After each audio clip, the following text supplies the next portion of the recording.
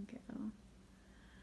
Hello everyone, my name is Alicia and I'm going to be taking my assistant Julio here through 10 different Egoscue method e-sizes. We're going to start with number 1, and you're going to want to have some room available to do these exercises on the floor. You're going to want some wall space, so just keep that in mind. A mat is definitely helpful and useful, but it's not required.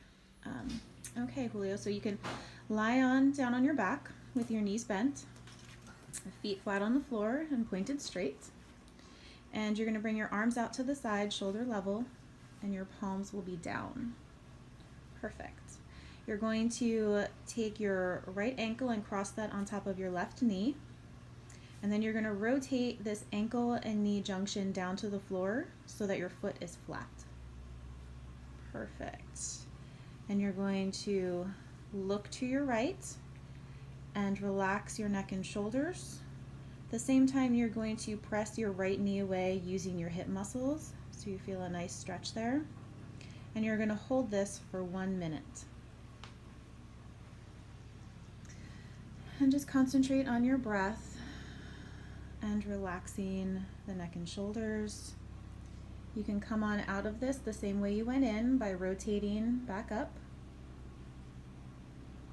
and putting your feet flat on the floor and adjusting, giving yourself a second. And now you're going to take your... Okay, the second e-size we're going to demonstrate is the crocodile. Again, you'll need some floor space. You're going to lie on your back with your legs straight, arms out to the side, and palms down. You're going to take the heel of your right foot and place that on top of your left foot between your big toe and your second toe. Your feet are going to remain flexed. You're going to rotate onto the left hip by pulling your right hip up off the floor, and you're going to turn to the right. You're going to tighten and squeeze the thigh and buttocks muscles. You're going to hold this for 1 minute. A reminder that this e-size is easier to do with shoes on.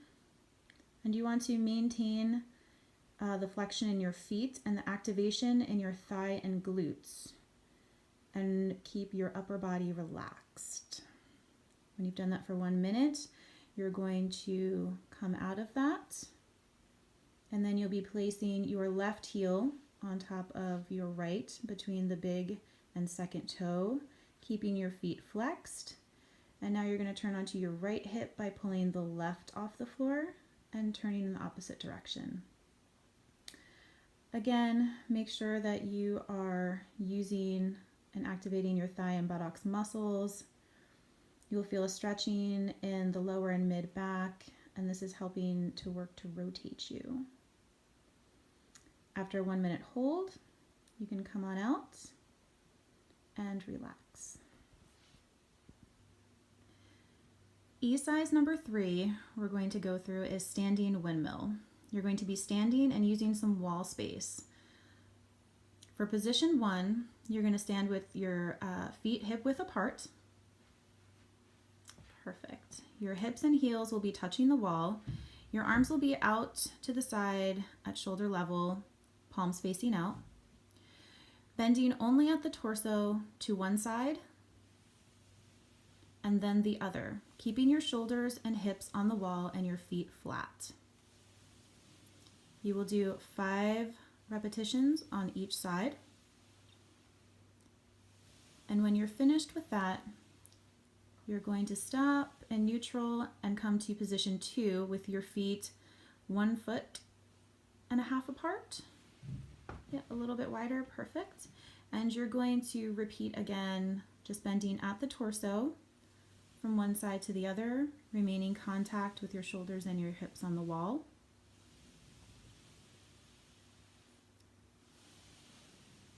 And then after 5 repetitions on each side, stopping at neutral, you can come to position 3. So you're going to stand about 2.5 feet apart. And remaining the contact with your shoulders and your hips on the wall, bend only at the torso, one side and then the other.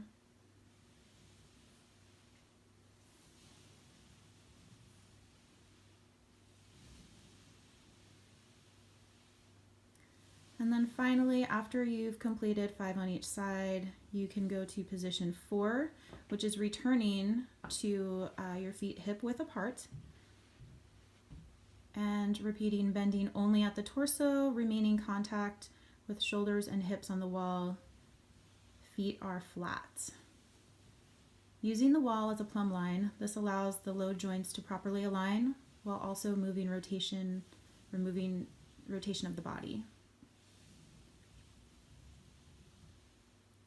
Okay, and after 5 on each side, stopping at neutral and relaxing. Exercise number 4 is standing arm circles. So you're going to stand with your feet hip width apart. Your feet are straight. Your hands will be in a golfer's grip, which is taking the tips of your fingers down to the tops of your palms, and your thumbs will be straight out. You're going to pull your shoulder blades back and down, and your arms are going to come out straight, shoulder level. Your palms will be facing down, and your thumbs will be forward.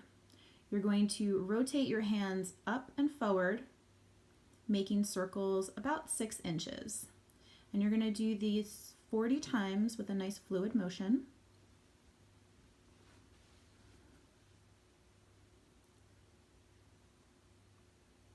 Nice tight little circles.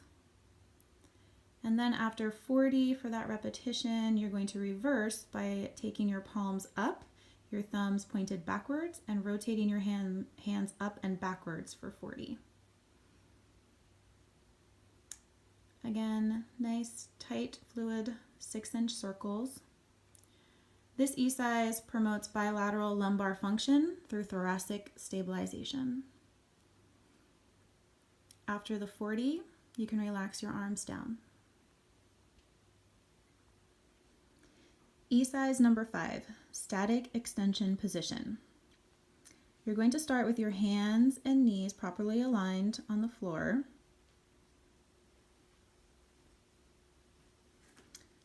So your knees will be underneath your hips, and your hands and wrists will be underneath your shoulders. Perfect. You're going to lock your elbows, and you're going to slightly walk your hands about 4 to 6 inches forward. Slightly shift your upper body forward as well.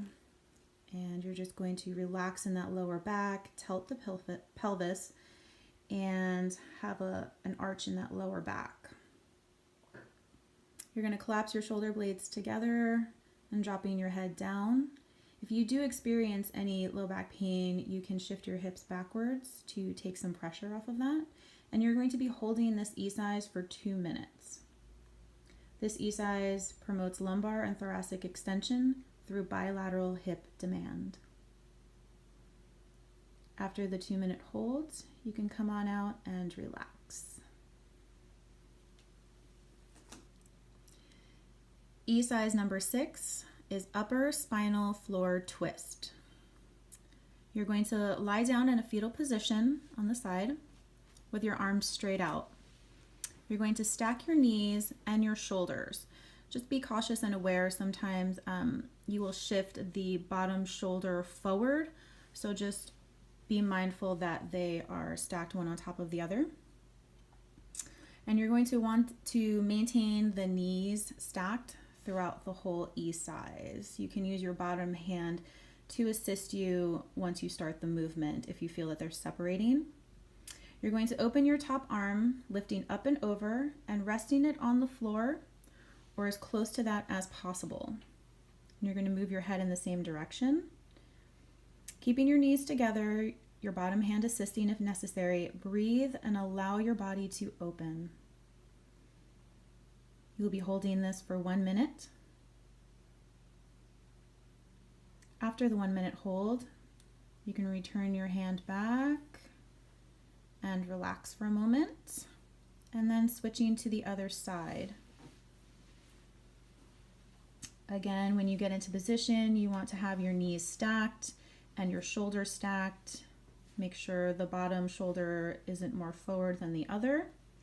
You're going to open up the top arm, resting it on the floor as close as you can with your head down. Good. And if you have to use your hand to maintain your knees stacked in proper alignment, and remember to breathe and allow the body to open.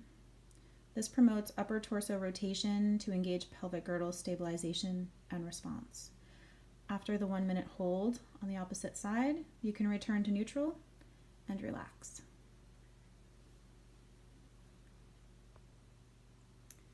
Exercise number 7, assisted hip lift. You're going to want to find a piece of the floor where you have access to the wall. You're going to lie on your back with your feet on the wall, knees bent at 90 degrees. And bring your feet just a little bit closer together, more of a hip width apart thing. Perfect. Great. Okay. So you're going to keep your feet straight up and in line with your knees and your hips. You're going to be crossing your right ankle on top of your left knee, keeping your buttocks on the floor. If you find that it does get a little bit of lift back there, you can scooch away from the wall just a tiny bit. There you go, and try that again, putting the right ankle on the left knee. So you're going to press the right knee away using your hip muscles. Try not to shift your hips from side to side. Keep your spine aligned. You're going to hold this exercise for 1 minute. And you want to maintain a sense of relaxation throughout the shoulders and the arms. After a 1 minute hold, you can place both feet on the wall. And then take your left ankle onto your right knee. Again, make sure your buttocks has contact with the floor. And you're going to press away your left knee using the hip muscles. Do your best not to shift your hips from side to side. And relax in your shoulders and your arms. Beautiful. After that 1 minute hold, you can return to neutral and relax. Exercise number 8, downward dog. You're going to be starting on hands and knees, properly aligned with your wrists underneath your shoulders and your knees underneath your hips. You're going to tuck your toes under and lift your knees off the floor up into a pike position. You're going to do your best to place a small arch in your lower back. And remember to keep your elbows straight and pressing into the area of your hands between your thumb and your index fingers. Keep your thighs tight and drop your heels down the best you can.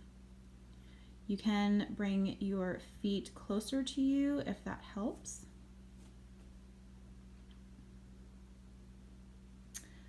And you're going to be holding this exercise for 1 minute. This requires your whole body to function as a unit. Gravity helps to drop your head below your heart, and this will provide your brain with more oxygen and blood, increasing mental function and improve your concentration. After the 1 minute hold, you can slowly drop your knees down and come into a neutral position. Exercise number 9, supine foot circles and point and flexes. You're going to lie on your back. And you're going to extend one leg and pull the other leg into your chest. You're going to clasp your hand behind your knee on your thigh. And remember to keep your shoulders and neck relaxed. Keep your extended leg relaxed and your toes straight up. The foot that is bent, you're going to circle in one direction 40 times and then reverse in the opposite direction for another 40. Keeping in mind that you need to keep your knee still and the movement is coming from your ankle. After 40 clockwise and then counterclockwise, you're going to move to a point and flex motion. You're going to flex the toes to your shin and then point the toes straight out for 40. And after that, you can bring that leg down and relax and bring the other leg up, clasping behind the thigh under the knee.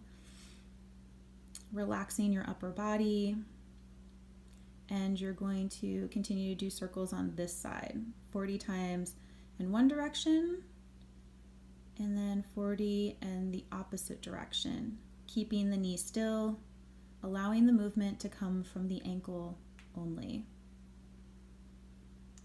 After you're done with the circles, you can then move to the point and flex, flexing the toes towards the shin and then pointing them straight out. You're going to do this again 40 times. This exercise helps to promote proper function of the lower leg muscles and encourages stabilization of the hip joint on that same leg. After you finish with the 40, you can relax your leg down to a neutral position. Okay, exercise number 10 is the air bench, and you will be needing some space on the wall to perform this exercise. You're going to stand with your back against the wall, your feet hip width apart, and feet straight. You're going to walk your feet away while sliding your body down the wall to a seated position. Your knees will be at about a 105-degree angle, not quite at a 90-degree angle. Your hips will be slightly higher than your knees, ankles slightly ahead of your knees. You want to press your lower back flat against the wall. Your arms can hang down to the side or rest your hands on your lap gently. You're going to keep the weight in your heels. Hold this exercise for 2 minutes. Do not try this exercise in socks. Shoes or a yoga mat are required. And this will help to activate the key component in walking, which is the quad strength. After 2 minutes, you're going to slide back up the wall and bring your feet back.